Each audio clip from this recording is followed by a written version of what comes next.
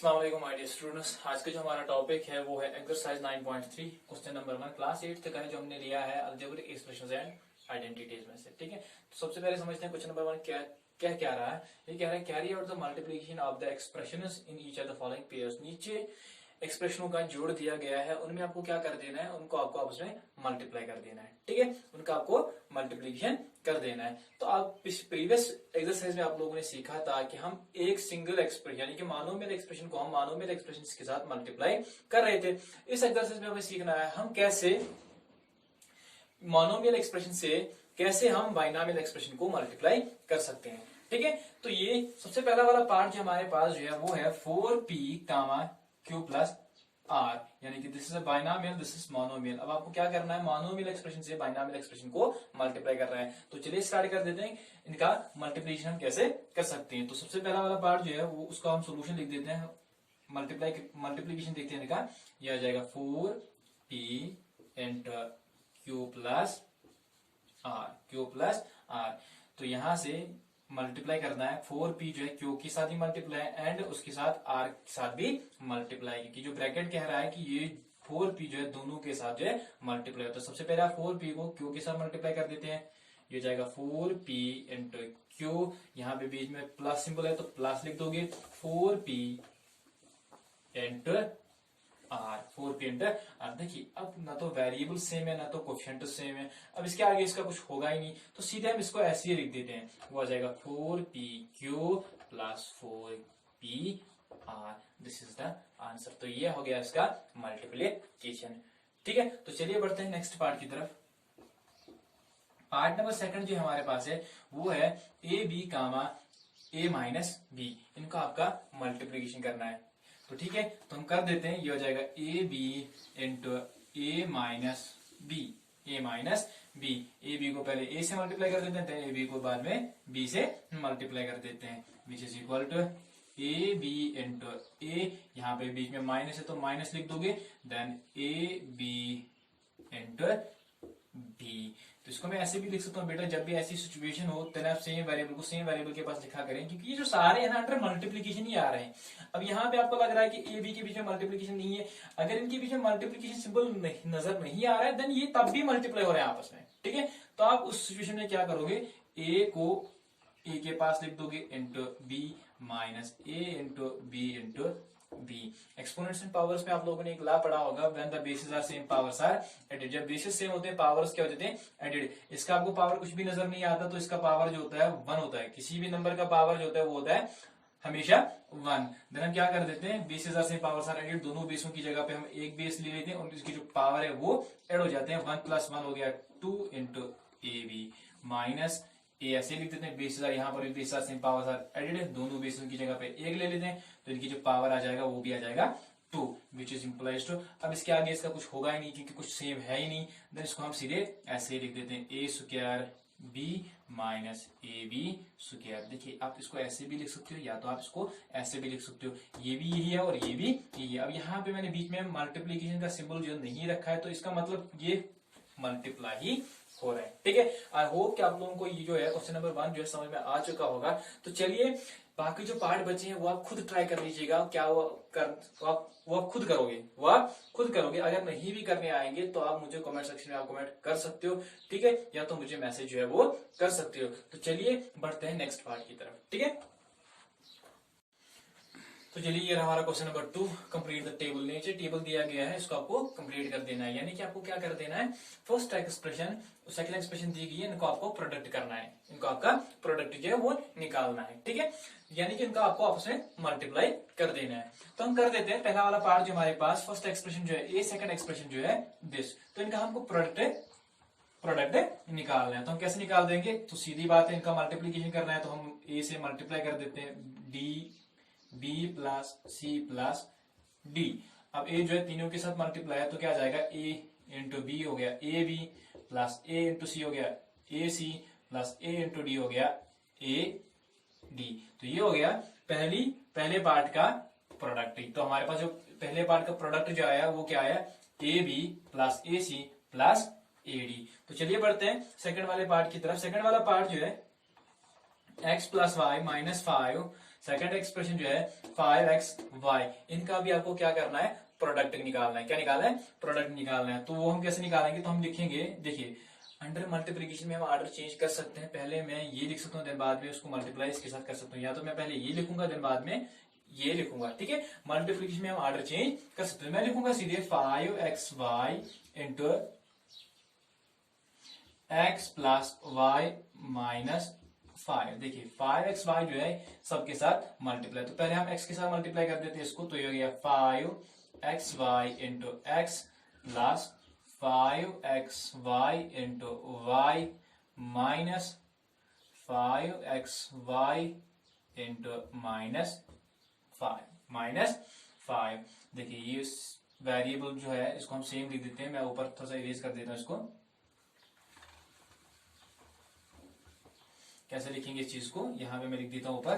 तो देखिए हम वेरिएबल को सेम वेरिएबल के पास लिख देते हैं। ये आ जाएगा 5 इंटू एक्स इंटू वाई, ठीक है, देन प्लस उसके बाद 5 into x into y then उसके बाद जो है हम कोफिशिएंट्स के साथ मल्टीप्लाई कर देते हैं। ठीक है, तो वो आ जाएगा, यहाँ पे भी -5 है देन -5 है, तो ये आ जाएगा, देखिए यहां लिखेंगे सीधे plus -5 into -5 into x into y. चलिए ये हो जाएगा, ये क्या बनेगा, ये हो गया 5x इंटू एक्स बीस से पावर सर एड आ जाएगा एक्स स्क्वायर इंटू वाई, तो एक्स स्क्वायर वाई आ जाएगा प्लस, तो इसका भी क्या बनेगा 5x वाई इंटू वाई हो गया वाई स्क्वायर, देन उसके बाद ये जो है plus 5 5 25 minus goes two plus, तो ये आ जाएगा 25x एंड वाई। ये हो गया इसका प्रोडक्ट। ठीक है, तो ये था हमारा पार्ट नंबर सेकंड। तो चलिए बढ़ते हैं पार्ट नंबर थर्ड की तरफ। पार्ट नंबर थर्ड जो है वो हमारे पास क्या है।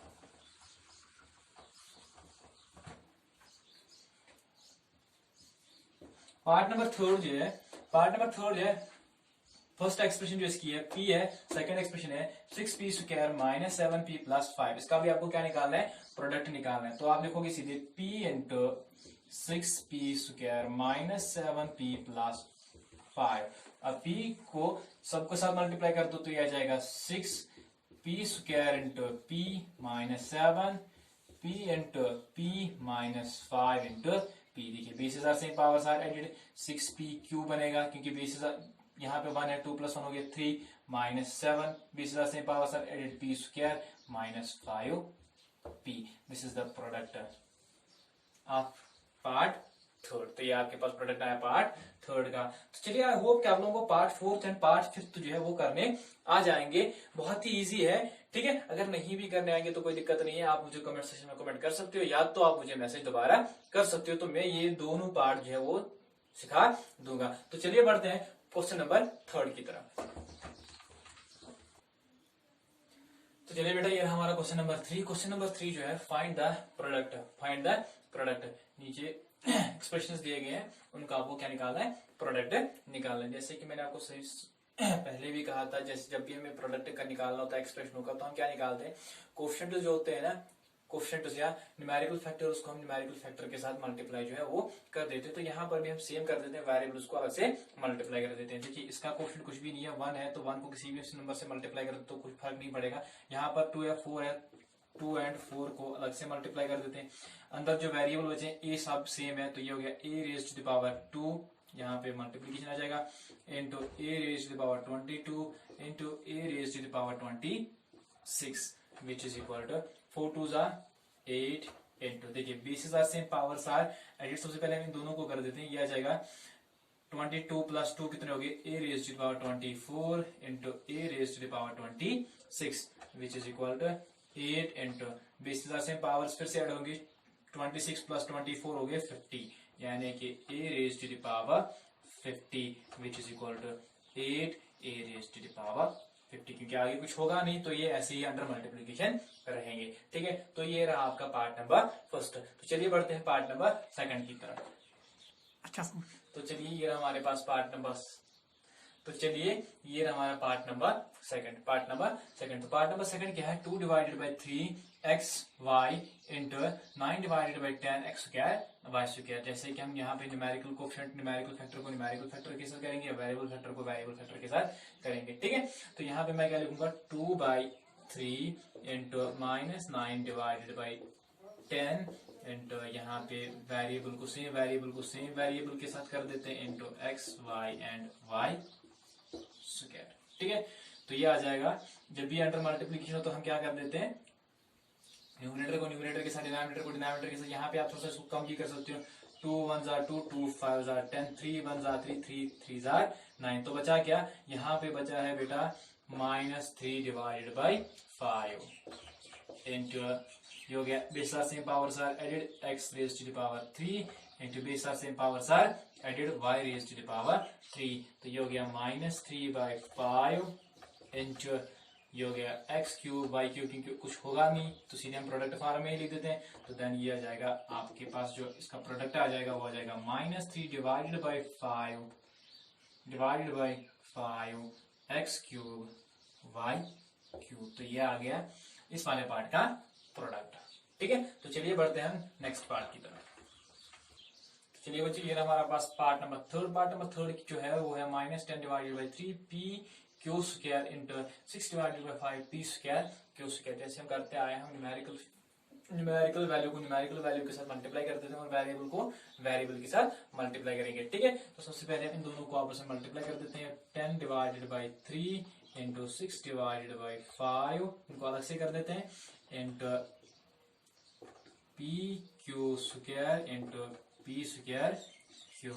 चलिए देखते हैं इसमें कुछ कम हो जाएगा बिल्कुल। 5 1 5 5 2 10 3 1 3 3 2 6 2 2 4, बट आ जाएगा यहाँ पे माइनस है, -2 से +2 को अगर मल्टीप्लाई कर दें तो बच जाएगा -4 इंटू अंदर क्या बचेगा। इनको हम ऐसे भी लिख सकते हैं, सेम वेरिएबल के पास p into p square into q square into q।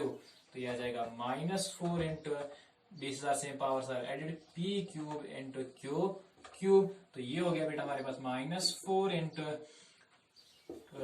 p cube q cube which is equal to -4 p cube q cube, क्योंकि आगे कुछ होगा नहीं तो हम सीधे इसको ऐसे ही लिख देते हैं। तो ये था हमारे पास पार्ट नंबर थर्ड। तो चलिए बढ़ते हैं पार्ट नंबर फोर्थ की तरफ। तो चलिए बेटा ये रहा हमारे पास पार्ट नंबर फोर्थ क्या है, x into x square into x cube into x 4। इनका आपको क्या निकालना है, प्रोडक्ट निकालना है। देखिए सभी में बेसिस सेम है तो देन पावर सब में ऐड हो जाएंगे। सबसे पहले हम इन दोनों के कर देते हैं, देन उसके बाद इन दोनों के कर देते हैं। पहले टर्म में हम इन दोनों के पावर ऐड कर देंगे और उसके बाद इन दोनों के ऐड कर देते हैं। तो इसकी जो पावर आ जाएंगे ये आ जाएगा bases are same power sir add, ये आ जाएगा x क्यूब इंटू, चलिए इनकी भी पावर ऐड कर देते हैं, ये आ जाएगा x 4 और 3 कितने हो गए, x raise to the power 7। ठीक है, अब फिर से bases are same powers are added हो जाएंगे, तो ये आ जाएगा 7 + 3 कितने हो गए, x raise to the power 7 + 3 हो गए 10। This is the product of this. ठीक है, आई होप कि आप लोगों को ये पार्ट जो है समझ में आ चुका होगा। ये जो क्वेश्चन है यहाँ तक समझ में आ चुका होगा। नेक्स्ट वीडियो में हम सीखेंगे इंशाल्लाह। इसके बाद जो रह गए कुछ क्वेश्चंस रह गए वो हम नेक्स्ट वीडियो में सीखेंगे। तब तक के लिए अल्लाह हाफिज। कोई भी क्वेरी हो तो मुझे कमेंट सेक्शन में आप कमेंट जरूर कीजिएगा और या तो आप मैसेज कर दीजिएगा। तब तक के लिए अल्लाह हाफिज।